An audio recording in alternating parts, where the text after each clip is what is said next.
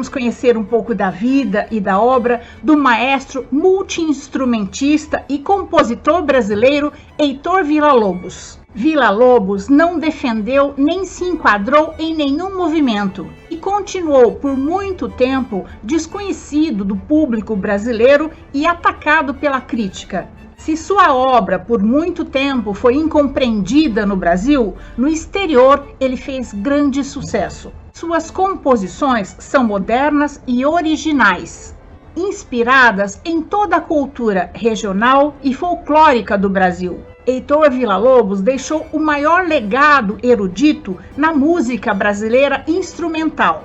Ele escreveu numerosas obras orquestrais de câmara, instrumentais, de vocais, totalizando mais de 2.000 obras até sua morte em 1959. Suas músicas mais conhecidas são as Bachianas Brasileiras, a número 5, depois a número 4 e o famoso Trenzinho Caipira. Foi casado 2 vezes, mas não teve filhos. Seu sobrinho neto é o ex-guitarrista da Legião Urbana, Dado Villa-Lobos.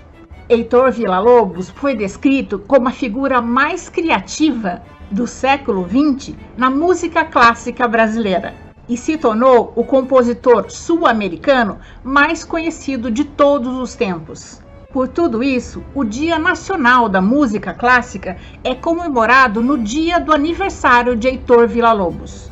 Mais um brasileiro que vale a pena conhecermos a história.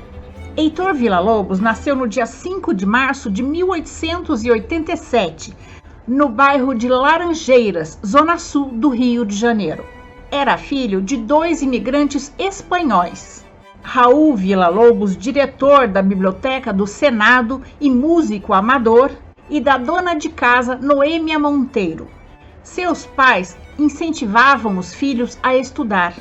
Seu pai deu-lhe instrução musical, lhe ensinou a tocar violão e até adaptou uma viola para que o pequeno Heitor começasse a aprender violoncelo.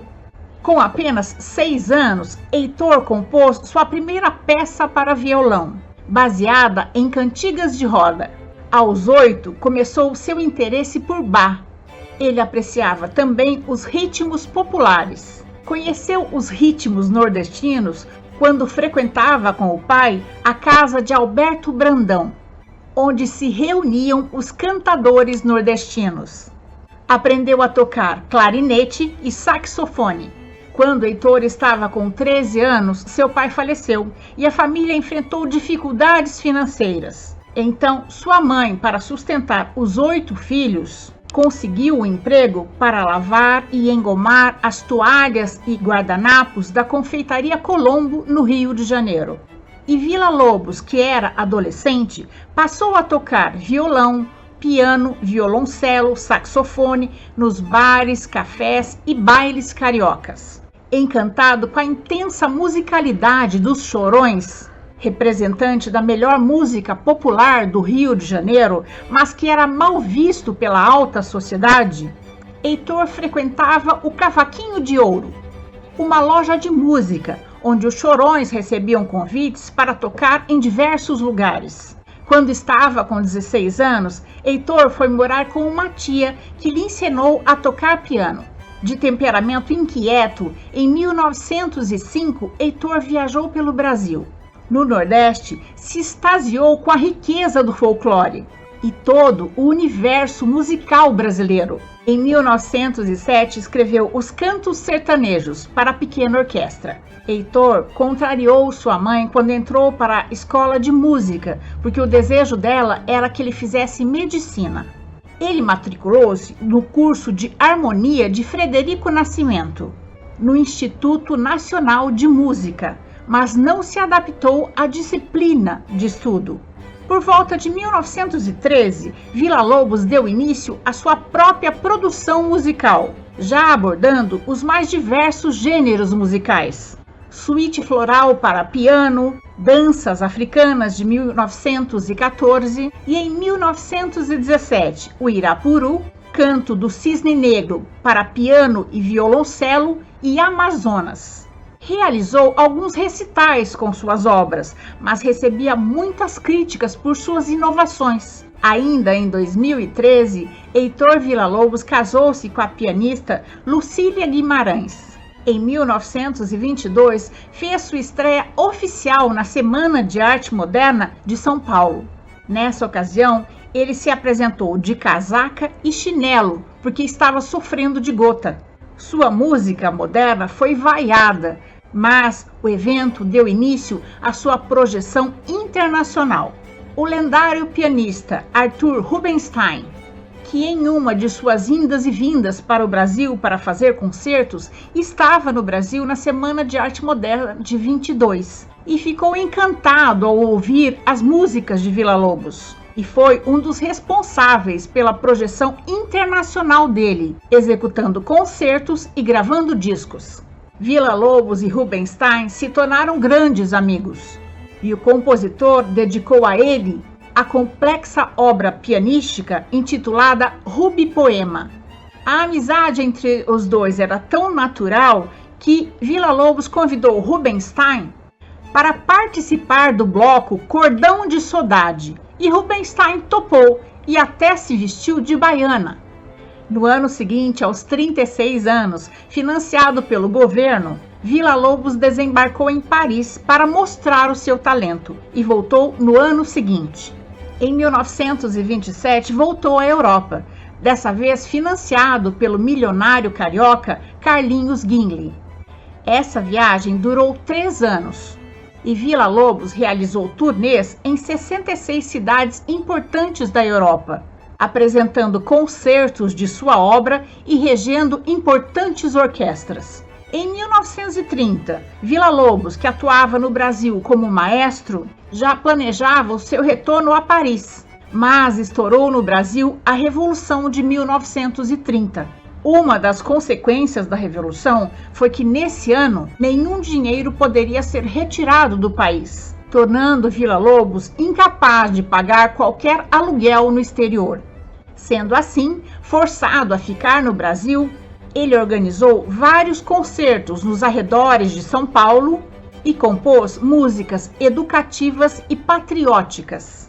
O auge da criatividade de Heitor Villa-Lobos se deu na década de 30, quando deu início à série das 9 bachanas brasileiras, suítes para diversas combinações de instrumentos que expressam a afinidade com Bach e procedimentos melódicos e harmoniosos da música popular instrumental brasileira.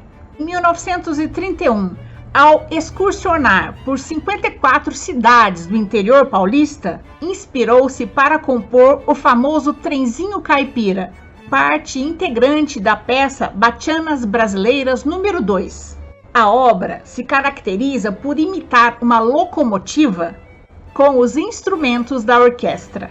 Um episódio turbulento da vida pessoal do maestro ocorreu em 1936. Ele fez uma viagem para Berlim em companhia da sua ex-aluna e agora professora de música, Arminda Neves da Almeida, ela com 24 anos e ele na época com 46. Heitor se apaixonou por Arminda e de lá simplesmente mandou uma carta para sua esposa, a pianista Lucília Guimarães, desmanchando um casamento por carta de 23 anos. Depois de 1937, durante o Estado Novo, período no qual Getúlio Vargas tomou o poder por decreto, era obrigatório o ensino de música nas escolas. Villa-Lobos, nessa época, era secretário de Educação Musical e orientava os professores da rede pública como ensinar música. Sob sua batuta, promovia apresentações de canto que reunia estudantes em estádios de futebol. Ressentido porque sua música era pouco executada no Brasil, Villa-Lobos costumava desabafar: "Não tive o devido reconhecimento em meu próprio país." Em 1940, Heitor Villa-Lobos apareceu num filme da Disney, Alô Amigos, ao lado do próprio Walt Disney. Em 1941, publicou a música nacionalista do governo de Getúlio Vargas, no qual ele considerava a nação brasileira como uma entidade sagrada e seus símbolos, entre eles a bandeira, como o lema nacional, e o próprio hino nacional como invioláveis. Villa-Lobos também foi diretor de um comitê que tinha como tarefa estabelecer uma versão definitiva para o hino nacional brasileiro. A celebração da independência no ano de 1943 contou com o hino de Villa-Lobos. Foi uma invocação em defesa da pátria brasileira, logo após o Brasil ter declarado guerra à Alemanha nazista. Após o fim da Segunda Guerra Mundial, o maestro iniciou uma turnê pelos Estados Unidos e pela Europa, onde suas peças foram executadas nos mais prestigiados teatros. Em 1948, Heitor teve que ser operado para a retirada de um câncer. Heitor Villa-Lobos fundou e foi o primeiro presidente da Academia Brasileira de Música. Era membro também da Academia de Belas Artes de Nova York e recebeu o título de doutor honoris causa na Universidade de Nova York. Villa-Lobos nunca teve filhos e nunca se separou oficialmente da primeira esposa, mas viveu com Arminda, sua segunda companheira, até sua morte. Heitor Villa-Lobos faleceu no Rio de Janeiro, no dia 17 de novembro de 1959, e foi sepultado no cemitério São João Batista.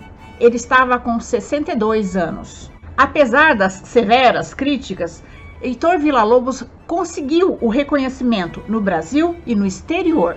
Isso ficou claro com a notícia de sua morte, especialmente na França e nos Estados Unidos, como se verifica pelo editorial que o New York Times lhe dedicou no dia seguinte de sua morte.